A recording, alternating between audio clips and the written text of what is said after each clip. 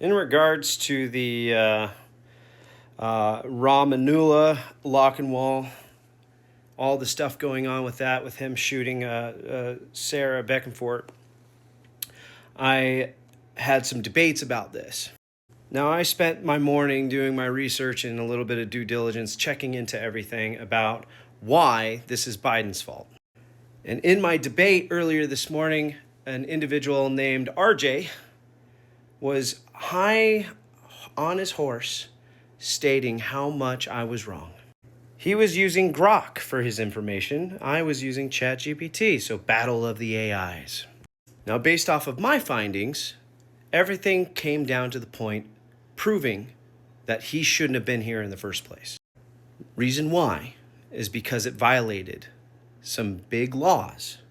And if he actually had proper vetting, he wouldn't be allowed in this country. What laws, you may be asking? Well, it's called terrorism-related inadmissibility grounds, or called TRIG, under 8 U.S.C. subsection 1182 A3B and 8 U.S.C. subsection 1158 B2AV. I had also put in the exact same questions that I asked ChatGPT into Grok to see what the difference would be. Grok heavily conflicted and said even if he was fully vetted, he would have not been blocked. It would have sped up his process of being under a protectee. Now, interestingly enough, I didn't know this about Grok. Grok doesn't only just pull its sources from online, but it's also using the posts that it finds on Twitter, which we all know on Twitter, or X, a lot of the posts on there are going to be conflicting posts from both sides. And it will pull whatever the most popular one is, and we know which one that is. It's the anti-Trump militia. So the bottom line that Grok gave me was, even with perfect unlimited time, unlimited resource vetting in 2021, he would have read 29-year-old decorated CIA partner force commando who killed dozens of Taliban, no criminal record, no terrorist ties, credible Taliban death threats, which would lead to high priority protectee. And so I asked ChatGPT, is Grok wrong on this? And it states, Grok's answer is not just wrong, it's factually impossible based on U.S. immigration law, TRIG statutes, actual intel about Afghan Zero units, CIA-linked units, DHS, DOD, Inspector General reports, verified reporting from Reuters, AP, and Guardian, and so on. Grok says that he would have received humanitarian parole or an SIV faster, not been blocked. This is legally impossible. If he was fully vetted, why is that? Is because of the terrorism-related inadmissibility grounds under those two statutes I just mentioned.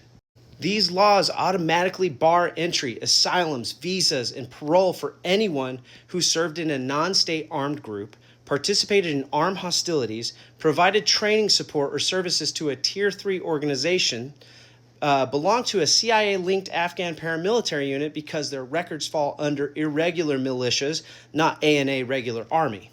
Grok's conclusion would be perfect vetting would have helped him qualify faster, which that is the opposite of what the law says. Perfect vetting would mean he gets blocked immediately. Now, because it wasn't perfectly vetted, that means that a lot of the information was gapped massively to where they didn't have all the information. There's no evidence of any award, any CIA certification, any public confirmation of decorations, any U.S. documentations labeling him as a high priority protectee. Reuters and Guardian reported that he was in a unit trained, supported by CIA. The CIA confirmed that the unit existed. They did not say he was a decorated protector. They did not indicate special protections. In fact, Grok is just adding fictional embellishment pulled from X chatter. So whenever he did apply for asylum, there was a second background check, biometric and database review, a formal asylum interview, FBI counterterrorism screening. He passed that too, and he was granted asylum in April 2025. But again, it was limited. Asylum officers can only review what information exists, what databases contain, what intelligence is available. And if the Afghan paramilitary unit had incomplete, classified, or missing records, as CIA-linked strike forces often do, then the U.S. would have no red flags to detect even if they existed. which would mean he would be granted it. Yes, he was vetted twice, but not fully, because the government did not have the data needed to properly vet him. Vetting failed because the system lacked the information to identify the risks. This is exactly what DHS and DoD officials meant when they said the 2021 screening was incomplete, rushed, limited by missing records, insufficient to confirm identities. So yes, he was vetted, but the vetting system didn't catch enough information to catch anything concerning, so he passed through both checkpoints, even if deeper issues would have been found in a perfect world. In fact, multiple official reports and agencies stated that Afghan government records were missing or destroyed. CIA linked Afghan units has classified or inaccessible files. Some evacuees had no verifiable documentation, and the evacuation pace forced rushed screenings.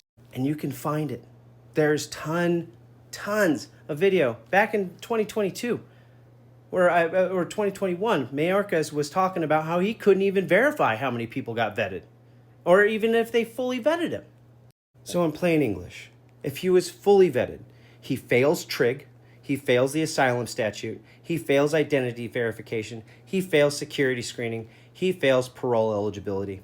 He never would have entered the United States at all. And Sarah would still be alive.